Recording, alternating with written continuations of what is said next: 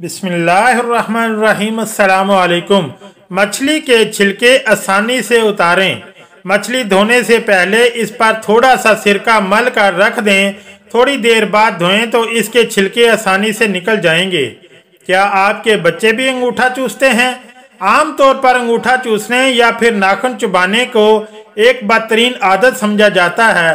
माहिरीन का कहना है कि अंगूठा चूसने से जिस्म में ऐसे जरासीम दाखिल होते हैं जो बच्चों के मदाफती निज़ाम को मज़ीद मजबूत बनाते हैं और यूँ इन पर एलर्जी जैसी बीमारियां आसानी से हमलावर नहीं होती।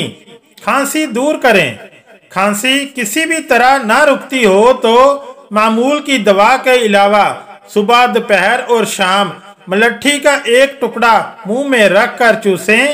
अगर आप ये तमाम अलामात महसूस करते हैं तो आप में मैग्नीशियम की कमी है।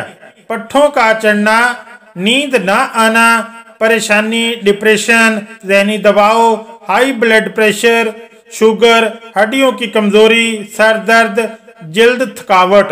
मूंगफली खाएं और पहले इसके फायदे सुन लें। अगर किसी को ज्यादा मूंगफली खाने की आदत हो तो इसका वजन भी बढ़ सकता है। मूंगफली हाजमे के लिए बेहतरीन है और मूंगफली खाने से आपको जल्दी भूख लगती है। अगर रोजाना पानी में पुदीना डालकर पीने से आपके चेहरे पर कभी भी छाइयां और दाने नहीं होते। अब आपको पेट का दर्द और कब्ज नहीं होगी। अगर आप रोजाना रात को 1 गिलास पानी और 2 लौंग खाकर सोते हैं तो आपको पेट का दर्द, कब्ज और तजाबियत नहीं होगी। आपका काला रंग अब होगा गोरा।